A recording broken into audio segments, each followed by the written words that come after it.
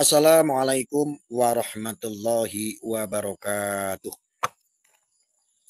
Saya hanya ingin sedikit berpesan kepada Gus Idam dan para jamaah pengikut-pengikutnya. Tentang apa? Yaitu tentang hari ini. Ya, tentang hari ini, tentang kemarin, ketika statement-statementnya itu dianggap menyakitkan oleh mereka para kelompok-kelompok mukimat. Ya, geng-gengnya mukimat. Karena apa? Ini generasi-generasi mukimat ini memang sangat luar biasa. Dianggap bahwa Anda, Gus Idam, tidak mewakili kelompok-kelompok itu. Saya sudah duga dari awal. Saya sudah prediksi dari awal. Bahwa siapapun, mau itu ya bagian daripada ulama atau al-ulama, mereka mau kiai, mau mereka ustadz, siapapun itu. Kalau dianggap tidak sejalan dengan otaknya para mukimat, pasti akan dimakzulkan harga dirinya. Pasti kalian akan difitnah. Kalian akan dituduh, bahkan mereka akan menteror. Siapapun itu, mau itu kiai, mau itu ustadz, mau itu Anda akan dimakzulkan, dituduh sebagai congos, budak, mukibul, dan lain-lain sebagainya. Inilah kelakuan-kelakuan para mukimat-mukimat, yaitu generasi pengikut imat. Yang mabok akan pembahasan nasab tanpa ada bukti dan kejelasan. Apalagi berbicara tentang kebenaran. Sudah cukup banyak bahwa semua saya sudah sampaikan. Sebetulnya saya sudah cukup menyampaikan, saya sudah bongkar semua apa sih yang sebetulnya terjadi. Umat ini sudah saya sampaikan, sudah saya berikan pandangan-pandangan, dan semua terjadi sesuai dengan faktanya. Termasuk penghancuran Nahdlatul Ulama, ya, penggradasian Nahdlatul Ulama, pemecah belah warga Nahdiyin sampai dengan grassroots atas sampai bawah. Saya sudah jelaskan semua bahwa agenda-agenda ini adalah untuk memecah belah. Maka saya juga sudah sampaikan semua bahwa kiai semua termasuk, kalau Anda tidak sepemikiran dengan gengnya imat, dengan adu dombanya para mukimat, Anda kiai-kiai saya jamin akan dihinakan, Anda akan dibully, Anda akan dimakzulkan. Dan itu pasti. Inilah ujian kalian. Guru-guru saya, para alim ulama, para kiai, termasuk para habaib. Ini adalah ujian Anda, para alim ulama. Anda akan diserang oleh orang-orang yang mengaku umatnya Kanjeng Nabi. Siapapun kiainya. Jangankan Gus Idam, ya, penceramah kondang, yang lagi viral, yang lagi luar biasa, beliau dicintai oleh umat, ya kan? Kiai Miftahul Akhyar saja beliau sebagai rois am PBNU. Itu dicaci maki kok. Dihina, dimakzulkan kehormatannya. Oleh siapa? Oleh mereka para influencer, oleh mereka para buzzer, oleh mereka para penggiat konten-konten, pengawal tesis yang tidak jelas. Arya, jangan ngomong sembarangan, kamu tesis nggak jelas. Loh, nek tesis jelas kira ya diskusi, goblok. Nek tesisnya bener, diskusi gak kabur. Ya, itu dasar saya. Kenapa itu tesis dianggap nggak benar? Karena kalau benar pasti akan diselesaikan dengan diskusi. Betul. Jadi ada perbedaan. Tapi kan pengikutnya mereka banyak. Ya pengikutnya orang goblok.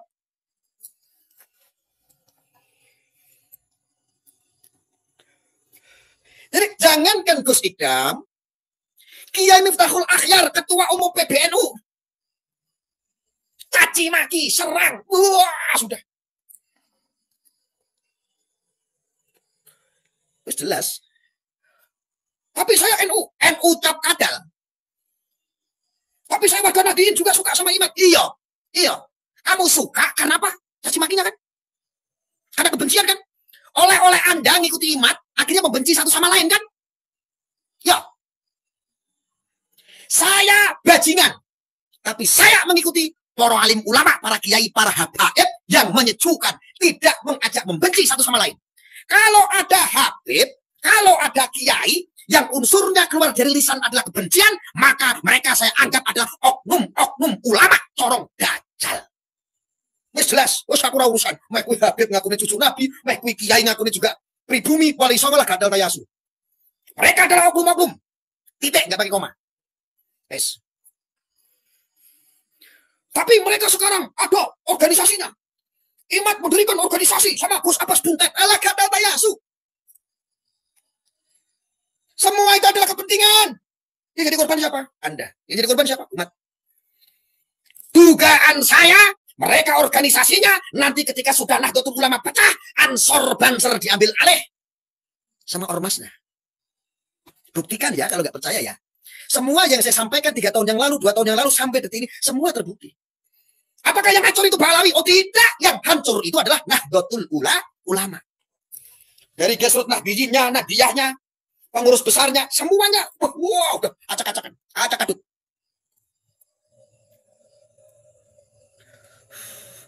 Jadi Gus Idam, pesan cinta saya buat Gus Idam, tetap semangat. Sampaikan yang benar. Jadilah Gus Idam menjadi salah satu seorang ulama, bagian daripada ulama muda yang mewakili, yang memotivasi kiai-kiai yang lain biar gak kedoktrin. Karena sudah cukup kiai-kiai kita yang ada di Nahdlatul Ulama mau berbicara kebenaran, takut dibully sama para mukimat. Bismillah, Gus Idam, bismillah. Allah bersamamu, Allah menjagamu. Umat tetap akan menjadi cinta kepadamu. Ada yang komentar di sini dari Susba Terianto. Buktikan Gus, yang malu nanti siapa Gus? Tak ingat ucapanmu Gus, membela junjunganmu, mengubah sejarah bangsa. Nek ada orang mengubah sejarah, goblok, di rumah ke kupingmu. Nek ono wong ngerubah sejarah, nek ono wong ngerubah makam, nek ono wong ngerubah kiai jadi Pahlawi, itu namanya pelanggaran hukum. Buktikan dengan faktual hukum, bukan dibuktikan dengan cot-pencot. Kakean cot-cot di media sosial.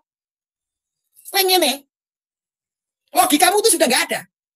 Ada pemalsuan makam, isu yang terus bergumingan begini. Pemalsuan makam, perubahan sejarah, mereka otak Belanda, mereka Yahudi. Kalau melanggar hukum, laporkan, ini negara hukum, bukan negara mbahmu. Paham ya? Laporkan sesuai dengan faktual hukum. Ada pemalsuan makam, ada perubahan sejarah, melanggar hukum semua. Kok diem? Nah, itu yang jadi masalah. Mana junjunganmu? Mana pentolan-pentolanmu? Masa goblok kabeh? Masa nggak ngerti hukum? Makanya hidup di negara yang berbangsa ini, ya, gunakan logika, gunakan asas kebenaran dan aspek hukum. Ada terima mureng-mureng di media sosial, cuman pencot rono pencot ini, gibar ini, olehmu apa? Dosa. Apa yang kamu perjuangkan? Nggak ada. Kamu memperjuangkan siapa? Kowe iki lho utangmu akeh bayar dhewe. Bojomu rasa muntal ya kowe kerja golek dhewe. Ora sing makani imat, ora sing makani isi ngono kuwi. Kecuali kowe bayar. Paham sampai sini? Ya, paham. Kalau ada junjungannya para mukimat yang siap berdiskusi dengan saya, ayo diskusi sama saya. Tidak perlu pakai ilmu untuk mematahkan argumentasinya kelompoknya imat. Undang saya ungkapkan semuanya. Ya, sudah cukup. Contoh, Kiai Mustamar. Kiai Mustamar alhamdulillah berbaiat bersama santri-santrinya, tetap ta'adim.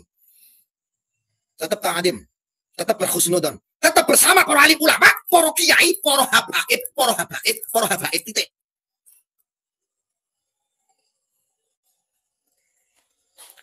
Gus Idam, tetap semangat. Jadilah Anda salah satu mewakili ulama muda yang memberikan motivasi kiai-kiai yang lain agar tidak takut menyampaikan kebenaran. Jangan takut dibully sama mukimat. Saya tahu skemanya semuanya. Kalau ada satu kiai pun kalau tidak sejalan dengan imat, senjatanya adalah mazulkan kiai tersebut. Hina kiai tersebut. Makanya cukup banyak kiai-kiai yang viral, yang biasanya dakwah, akhirnya ikut-ikutan sama gerombolannya imat untuk menggibah sana dan menggibah sini. Demi apa? Demi panggung. Demi nggak mau kehilangan panggung.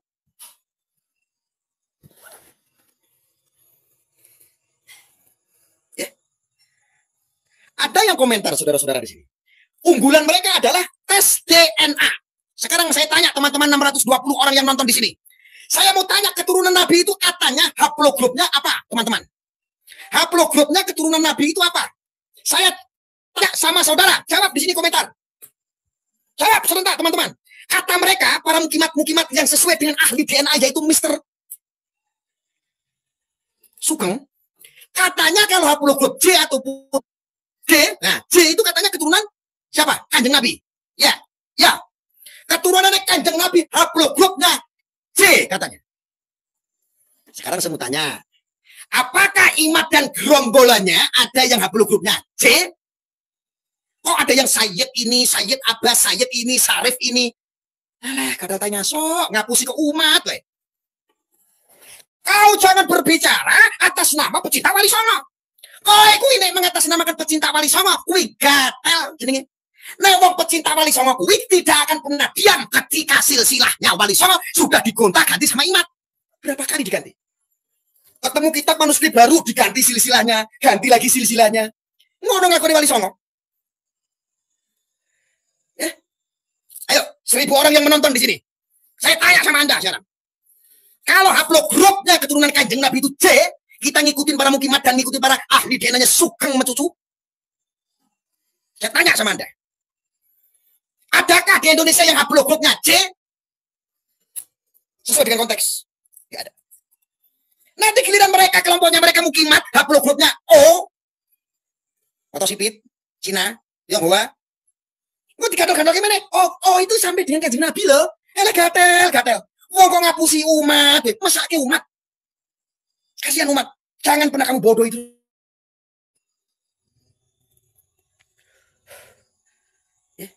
Saya itu benci loh, saudara. Sama oknum-oknum Habib, termasuk Bahar, Habib Rizik. Kalau memang bikin provokasi, saya hajar. Saya nggak peduli. Tapi ini konteksnya berbeda. Berbeda. Ini kita sedang tidak membahas tentang Bahar Smith. Ya. Kita nggak membahas tentang Habib Rizik. Nggak. Ini konteksnya, Anda ini sudah bawa sara. Anda sudah bawa 11 orang. Ini udah sara namanya. Dan karena agendanya tahu yang dihancurkan adalah Nahdlatul Ulama, maka saya marah. Bukan Habibnya, bukan. Habib itu hanya dijadikan tangga objek. Tangga pembahasannya itu adalah para habaib yang ada di Nahdlatul Ulama.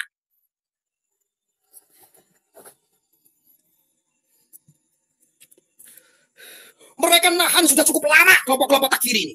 Kelompok-kelompok Wahabi ini. Ada ngakunya Ahlus Sunnah wal Jamaah, kata Taingasu. Kata Taingasu. Anda ngaku sebagai orang Ahlus Sunnah wal Jamaah. Orang Ahlus Sunnah nih, Ahlus Sunnah ini. Tapi mengikuti kitabnya Imat yang isinya dari copy paste dari situs-situs orang Wahabi. Ini orang-orang nahdiyin, orang-orang santri, orang yang pernah ada, para guru, para kiai, jangan kau dibodohi sama Imat. Anda nggak tahu agenda mereka. Saya itu ada di dalam mereka dulu. Saudaraku, aku dulu ada di daerah mereka. Ketika ini sudah ada campur tangan kelompok-kelompok Wahabi, saya keluar. Saya tidak mau. Apalagi ini yang dipukul adalah rasnya. Tapi kan Habib-Habib itu kan atek-atek Belanda lah matamu. Alah gatal Taingasu. Dulu itu belum ada negara Indonesia. Dulu belum ada Republik Indonesia, belum ada. Dulu itu zaman kolonial. Semuanya akan berhubungan dengan mereka, orang-orang pentolan-pentolan orang Belanda. Itu dulu di zaman kolonial. Kalau Anda menuduh itu dijadikan dasar, bagaimana dengan Romo Kiai Hasyim Asy'ari?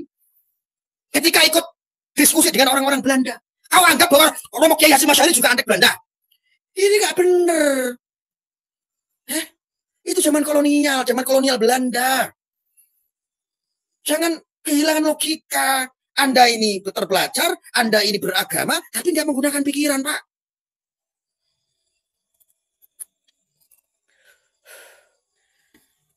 Gus Idam sekarang dianggap, ketika ngomong benar, dianggap sebagai jongos Ba'alawi. Dianggap sebagai mukibul Ba'alawi. Sama halnya yang terjadi, Gus Idam itu sama hal yang terjadi itu seperti saya. Kita nggak bela Ba'alawi, kita menyampaikan yang hak. Pernah saya bilang bahwa Habib itu cucu Nabi apa bukan? Iya cucu Nabi. Saya nggak pernah bilang. Saya yang sampaikan. Saya berhusnudon. Karena aman adalah dengan cara berhusnudon. Kalau ada Habib yang baik, tentu saya ikuti. Jangankan Habib. Dirimu kalau baik aja saya ikuti kok. Orang-orang yang bertakwa kepada Allah, mereka adalah salah satu ahlul bait Rasulullah. Pernah saya bilang bahwa saya percaya bahwa Habib itu adalah keturunan Nabi. Saya tidak lahir di zaman itu. Tetapi saya berhusnudon. Apa kata para alim ulama, para kiai, para masyayikh, para habaib. Clear? Kenapa kok bisa begitu? Nanti di akhirat, nanti ketika saya ditanya ketemu sama Rasulullah, Arya, Kamu kenapa percaya bahwa mereka adalah keturunan saya? Padahal mereka itu bukan keturunan saya, kata Rasulullah. Saya bilang, saya tidak tahu ya Nabi. Oh ya sudah, kalau tidak tahu, tidak dosa. Berarti Anda korban. Bagaimana kalau terjadi? Ya Rasulullah, betul enggak itu adalah keturunan Anda ya Rasulullah. Lalu Kanjeng Nabi bilang, ya mereka adalah ahlul bait, mereka adalah keturunan saya. Kenapa kamu caci maki Arya? Kenapa kamu fitnah Arya? Kita mau jawab apa?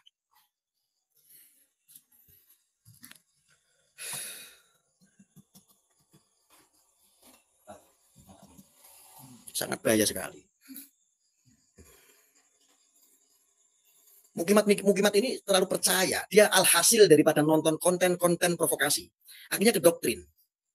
Konten-konten tersebut, jika tiap hari bergulir yang ditonton adalah itu terus, lama-kelamaan akan menjadi sebuah kepercayaan dan dianggap sebuah kebenaran. Kalau udah ke doktrin, Anda akan menjadi benci duluan. Kita loh, saya sendiri, wallahi demi Allah, saya sudah mudah-mudahan saya ngomong udah bijak sebijak ini. Masih dicaci maki. Siapa mereka? Mereka adalah kelompok-kelompok Wahabi.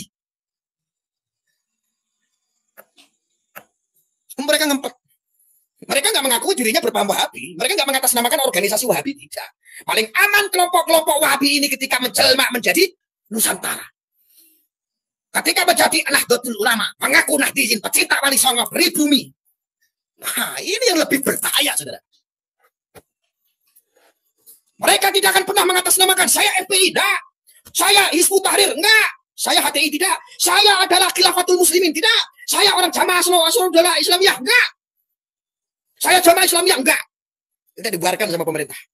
Paling aman sekarang menyamar sebagai orang Nahdlatul Ulama, menyamar sebagai warga Nahdiyin, menyamar sebagai pecinta Wali Songo, menyamar sebagai pribumi, menyamar sebagai Nusantara, menyamar sebagai NKRI harga mati. Dukungannya banyak, dijamin. Apalagi generasi pluralisme. Generasi pluralisme ini akan percaya ketika oknum-oknum penjahat, oknum nggak ada penjahat, nggak ada oknum, lupa saya. Ketika penjahat itu mengatasnamakan jihad, maka akan dilihat mulia. Dan hari ini mereka akan mengatasnamakan kita. Benar apa kata Bung Karno gitu. Melawan penjajah itu mudah. Bisa ditandai yang mereka itu orang asing. Kalau hari ini yang dilawan oleh para alim ulama, para kiai adalah mereka sendiri adalah orang-orang yang mengaku pribumi, mengaku keluarganya sendiri. Bagaimana caranya?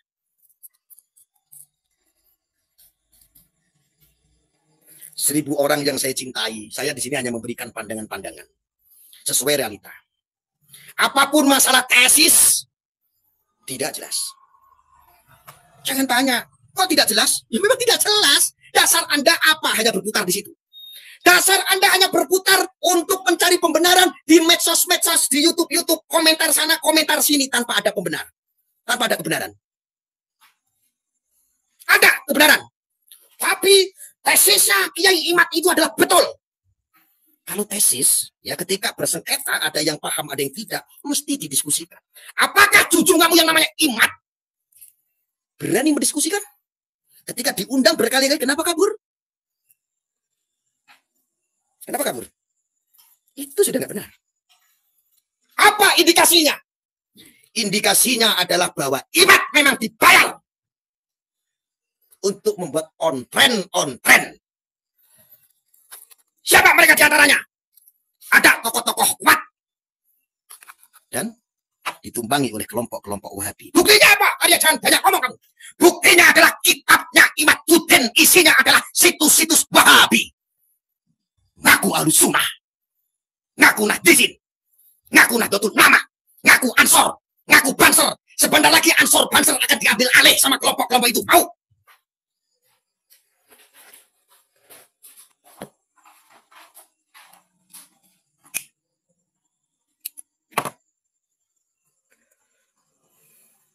Kitabnya Imad, kitabnya Wahabi. Imad sudah sukses mendoktrin kiai-kiai yang lain, termasuk kiai-kiai yang butuh panggung.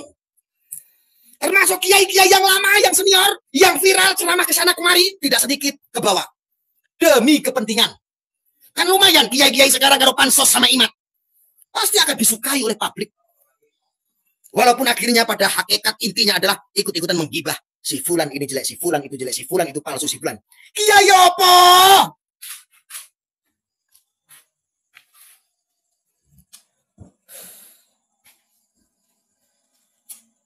Ya apa model? Saudara, di sini ada 1.274 orang yang menonton. Saya tanya sama Anda, apakah Anda setuju melihat ulama-ulama kita, para kiai-kiai kita di mimbar dakwahnya mengajak orang membenci satu sama lain? Apakah Anda setuju? Jawab. Apakah Anda benarkan? Jawab. Jangan bersembunyi. Tapi kan mereka menyampaikan kebenaran. Kebenaran yang mana? Kalau itu benar namanya menggibah. Kalau itu tidak benar namanya fitnah. Dua-duanya nggak ada yang benar. Setuju. Oh, masih setuju. Tidak. Jawab yang kompak, saudara. Anda apakah setuju ketika melihat para alim ulama, para kiai kita kena doktrin oleh kelompok-kelompok imadudin, lalu mengajak orang membenci satu sama lain? Anda setuju? Anda setuju? Anda setuju? Ada yang setuju? Ada yang setuju? Coba. Pertanyaannya, mereka yang komentar-komentar setuju sebagian. Siapa mereka? Mereka siapa? Kalau Anda tidak setuju, Anda sudah cukup benar ketika Anda dulu disekolahkan sama orang tua kita. Kalau Anda mondok dipondokkan sama orang tua kita, setuju. Cocok itu. Anda menjawab tidak setuju. Karena kita disekolahkan orang tua kita supaya kita bisa memaknai mana yang baik, mana yang tidak. Mana hak, mana batil, kan begitu. Hari ini. Saudara, saya mohon maaf kalau saya berbicaranya seperti ini. Memang nada saya selalu intonasinya tinggi. Ini konten saya seperti itu. Dari dulu ya, teman-teman udah paham ya. Ini tidak ada indikasi saya membela Bahalawi. Saya nggak pernah ngaji sama Bahalawi. Saya di sini menyampaikan sudut pandang saya yang insya Allah ini benar. Indikasi-indikasi di atas saya sangat memahami kondisinya seperti apa. Dari mulai PBNU sampai warga Nahdliyin saya paham. Dari politik ideologisnya saya paham. Dari sampai mereka yang ingin menghancurkan ulama-ulama kita, kiai-kiai kita, membubarkan ideologi Nahdlatul Ulama pun saya tahu agenda itu.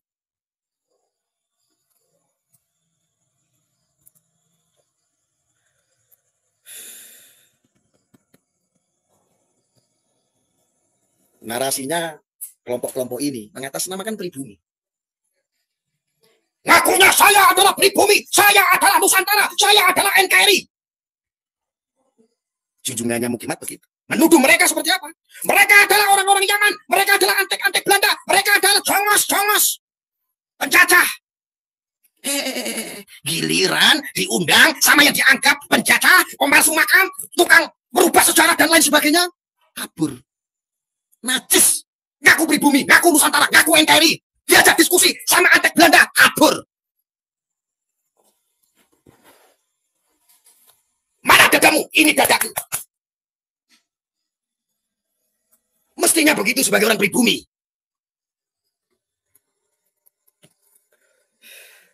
Kamu munafik matamu. Kalau saya cuma munafik butuh duit, cukup saya mengawal Imaduddin, duit saya banyak, panggung saya banyak, yang membuli saya tidak ada. Pasti banyak yang bilang begini, berapa Kusaria? Hidup Kusaria, hajar Kusaria, usir Bahalawi, usir itu antek Belanda Kusaria. Apresiasinya banyak, dapat duit banyak.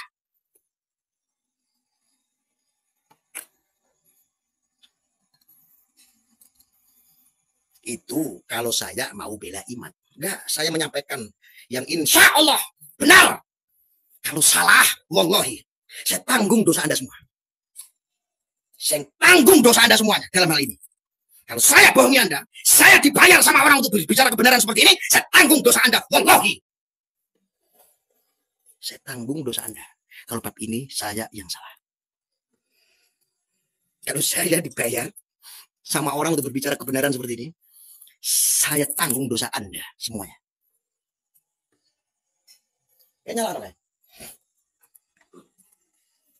Imunitas saya naik. Sehat. Saya berkeringat. Sudah lama saya nggak olahraga.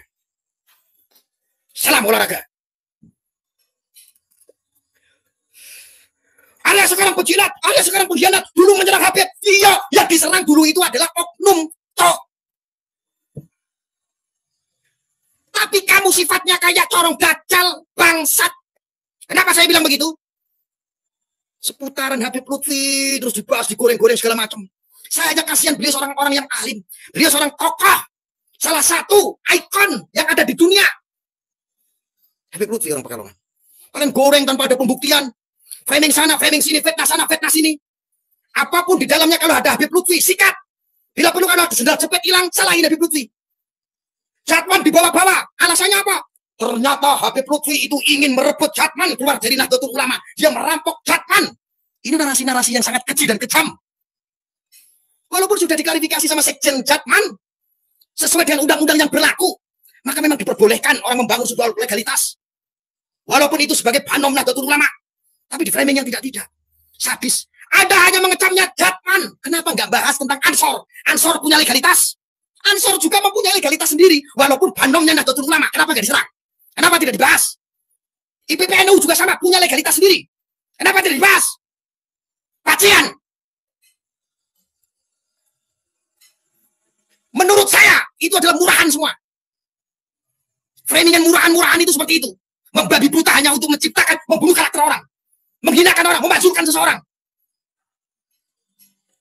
Bangsat kamu itu. Framing makam palsu. Banyak makam palsu. Gatal tengasu, makam satu aja nggak bisa dibuktikan. Orang pelaku framing itu hanya membongkar-bongkar, diviralkan. Kenapa tidak dibahas yang membuat siapa? Malu kalau yang membuat orang-orang sendiri. Apa-apaan? Ya kamu tuh ya Allah, mestinya kita menjaga para alim ulama, para kiai, para habaib. Kenapa sih kamu kayak begitu? Kamu jangan ikut-ikutan sama netizen-netizen yang ngakunya Islam bermental ateis. Bahaya teman-teman. Bahaya. Tujuan mereka itu para buzzer-buzzer mengikuti live streaming saya untuk membungkam mulut saya. Biar Anda tahu. Ditimbul dengan hujatan-hujatan supaya apa? Ketika hujatan-hujatan mereka para buzzer-buzzer ke saya, menyerang saya, biar orang tidak percaya dengan apa yang saya sampaikan. Tujuannya untuk mempengaruhi itu.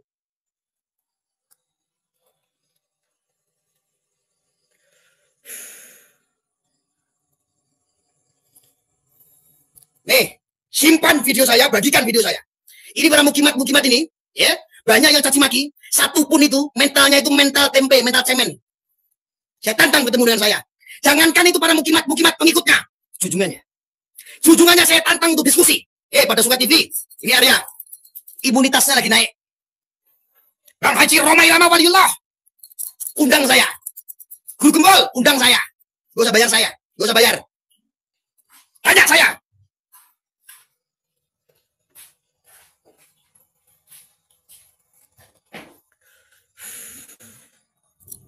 Beranikah para junjungannya? Nah, tidak berani. Ungkat. Undang saya ungkat. Saya telanjangnya habis. Tidak perlu pakai ilmu.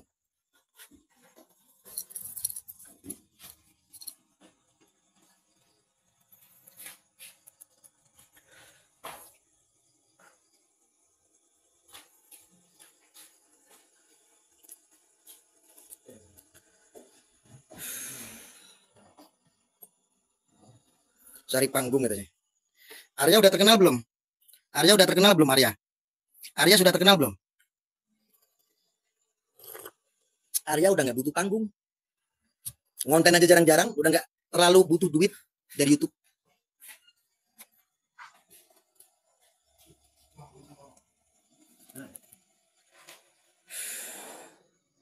Sudah 37 menit. Ya, saya pasin sampai 40 menit ya. Jadi saudara-saudaraku, untuk Gus Ikdam khususnya, untuk para pecinta-pecintanya Gus Ikdam, sudah betul apa yang dilakukan oleh Gus Ikdam, menyampaikan yang hak dan yang batil. Menyampaikan apa adanya. Bukan untuk kelompok-kelompokan.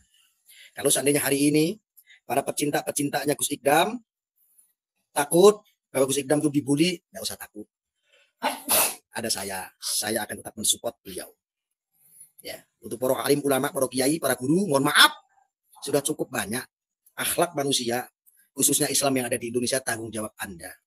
Anda harus bisa memberikan contoh yang baik. Jangan ikut-ikutan Anda menjadi seorang ulama, jadi seorang kiai, tetapi ikut-ikutan mengajak orang membenci satu sama lain.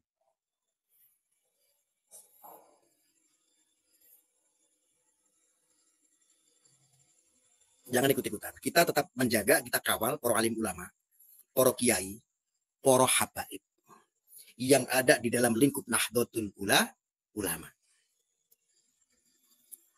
Kita kawal. Jangan mau Nahdlatul Ulama ini diporak-porandakan oleh kelompok-kelompok ini yang mengatasnamakan. Ini bahaya. Terakhir, untuk Ansor Banser, hati-hati. Tidak lama lagi. Ansor Banser juga akan dirungkatkan. Mereka akan menjadi laskar-laskar baru. Hati-hati.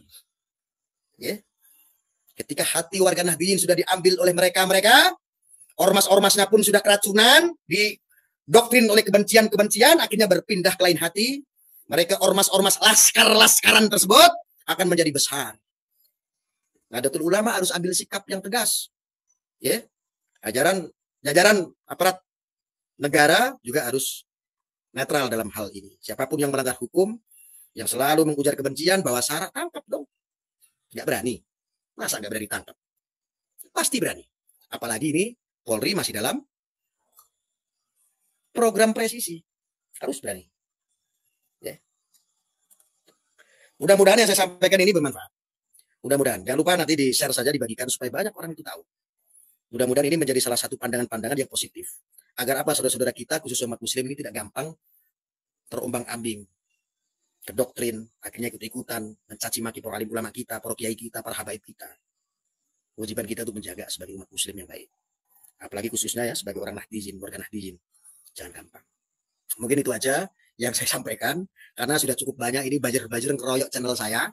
Nanti habis ini saya diserbu lagi sama komentar-komentar di offline, komentar-komentar booth. Wah, ini sangat luar biasa, dan ini udah dunia saya lah. Ini udah bidang saya ini, nggak usah takut, biarin aja. Mereka satu orang membuat komentar ribuan hanya untuk mempengaruhi orang lain. Ya, udah 41 menit. Saya akhiri, nanti kita jumpa lagi di lain kesempatan. Wassalamualaikum warahmatullahi wabarakatuh.